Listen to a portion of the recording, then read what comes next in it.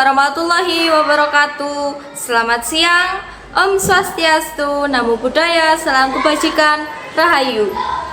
Perkenalkan, nama saya Rizka Malia Kurniasari, bisa dipanggil Rizka.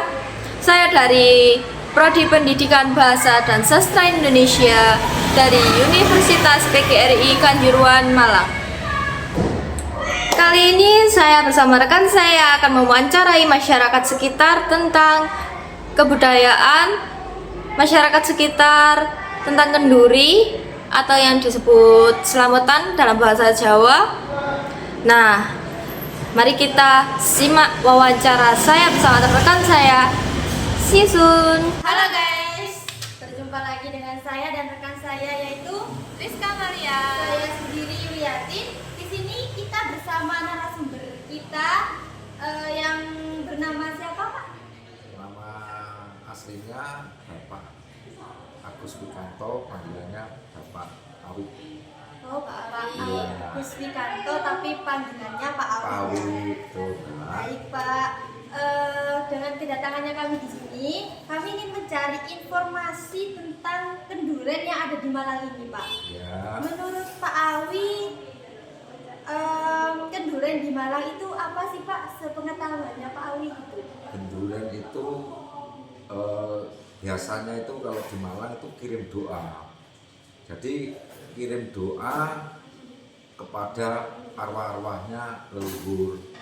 Nah, kenduren itu biasanya tergantung sifatnya. Sifat kenduren itu ada yang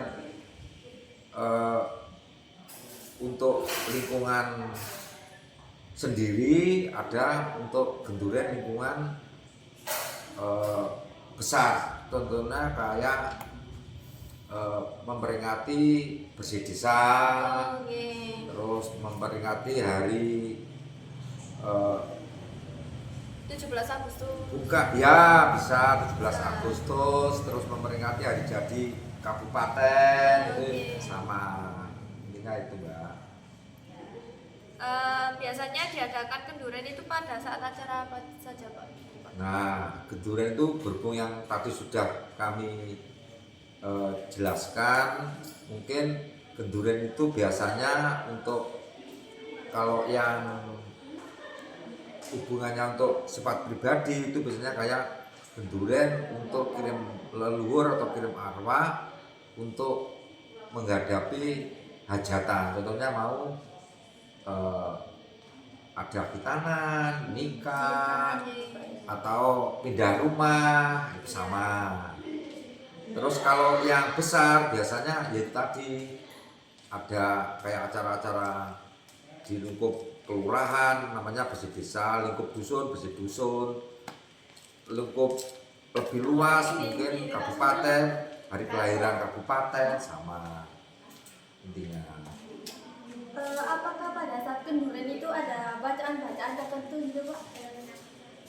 Kalau masalah bacaan-bacaan tertentu itu biasanya kalau untuk acara-acara untuk pribadi yang kita bahas tadi itu biasanya cuman kirim doa, biasanya dipimpin sama tokoh agama, Pak Ustadz, Pak Kiai, mungkin ada jemaah-jemaah tahlil, ya doa-doanya mungkin ya cuman kirim doa dikhususkan ke leluhurnya yang dipimpin dengan ya tadi Pak Kiai atau Pak Ustadznya.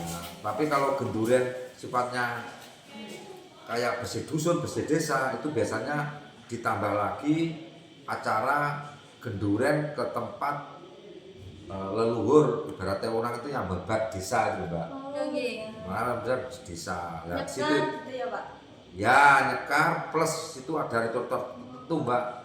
Jadi ada sejenis kayak obor rampennya itu, sesajinya itu ada komplit. Masanya ya namanya kita di daerah di Jawa, jadi ya harus mengikuti tata cara kenduren orang Jawa. Kalau misalnya itu kan kenduren Pak ya, Ya. apakah kalau melaksanakan acara kenduren itu harus ada tumpengan juga Pak? Apa itu beda Pak? Apa ada kaitannya gitu? Ada nyapa demone tumpeng kan di dhuwur dijek biar yang punya genduren dan hajatnya itu teguh. Jadi jadi biar maksudnya itu punya cita-cita ataupun keinginan itu Lebih niatannya tinggi. niatannya itu yakin, akhirnya biasanya berhasil gitu. Berarti itu bisa dibilang sepaket ya Pak. Kalau sudah ada kenduren berarti harus ada tumpengan gitu Pak. Ya ada juga gitu, tapi biasanya kalau sifatnya ritualnya besar ya pasti ada tumpeng mbak. Pasti ya. Ya kalau gendurennya untuk orang meninggal itu biasanya kan ada ungkur-ungkur, itu bucengnya separuh dibolak-balik namanya bucek ungkur-ungkur. Jadi biar orang yang ditinggal itu bisa mengikhlaskan sama sebetulnya. Iya. Itu Bucer ungkur biasanya itu. Itu biasanya pakai bahasa daerah atau gimana Pak? Biasanya itu kalau masalah itu yo kiai pun kan di kita ini kan banyak kiai Nusantara itu kan biasanya yo masih kejawen mbak. Iya, Sedikit banyak pasti dia paham masalah itu. pakai bahasa Jawa. Iya, jadi lek ngikrarkan atau wujudnya itu biasanya dia sudah paham masalah-masalah itu. Mana yang disebut, mana yang nanti yang disajikan itu dia tahu persis maknanya, maksudnya gitu.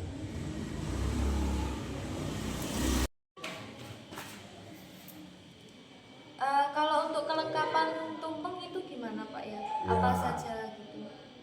Gini, itu namanya kelengkapan untuk kita mengadakan ritual sesaji ataupun untuk apa ya, kelengkapan lah.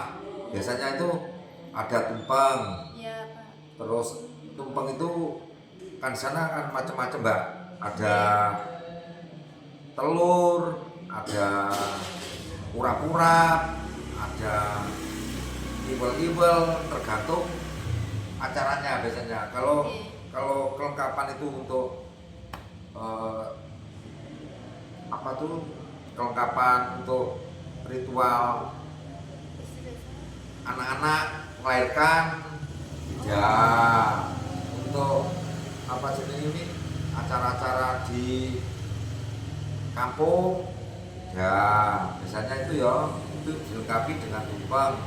Dan itu tadi obrolannya di tumpeng ditambah itu jenang abang, terus jenang putih, terus jenang abang dikai putih, itu namanya sengkolo. Kalau merah dikasih putih itu namanya sengkolo. Sengkolo itu maknanya biar yang punya hajat itu dijauhkan dengan mara bahaya. Ya, ada yang jenang warnanya merah toh, itu tanda bahwa itu ngawi-ngawi ibu, tandanya ibu. Kita itu hidup itu asal usulnya dari ibu. Nah, yang putih itu asal usulnya dari bapak. Berarti Ya, yang sengkolo itu cuma khusus yang hajatan saja Pak ya? ya benar gitu. Terus ada ditambahin, biasanya ada itu dikasih bunga. Bunga 7 rupa Pak. 7 rupa ada, itu biasanya cakupannya lebih luas mbak. Biasanya kayak acara-acara besar itu 7 Beda-beda rupa itu, Pak, lengkap ya. Tapi kalau untuk obor ampen biasa-biasa di rumahan itu cuman bunga mawar merah, mawar putih, terus kenanga, cuman itu. Itu sebetulnya simbolnya sama.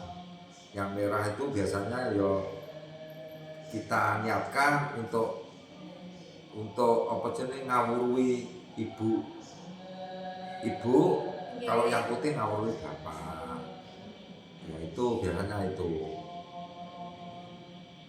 Lek masa yang lain kayak iwel-iwel, jadah barang itu kan cuman anu aja, apa jenis itu kebiasaan orang itu kalau mengapa kasih jadah biar seduluran dengan saudara-saudara, seduluran dengan warga sekitar itu tetap akrab. Jadi kelet kan jadah itu sama. Kalau misalnya jadah merah, jadah putih, jadah merah itu misalnya wajib loh mbak. Terus tadi jadah putih itu biasanya dulur saka ibu yo ben kelet kabeh, dulur saka bapak yo ben akur kabeh. Nah itu. Mungkin ada lagi cukup ya. Baik Pak, terima kasih atas penjelasannya. Tadi informasi yang sudah diberikan pada kami itu sangat membantu Pak. Ya terima kasih, semoga apa yang kita sampaikan bisa bermanfaat kepada mbak-mbaknya, dan mungkin ada kekurangan kita sebagai manusia biasa, mohon maaf yang Ya, sebesar-besarnya. terima kasih Terima kasih Pak. Pak. Ya semangat ya adik-adik. Ya, Ya. Terima kasih.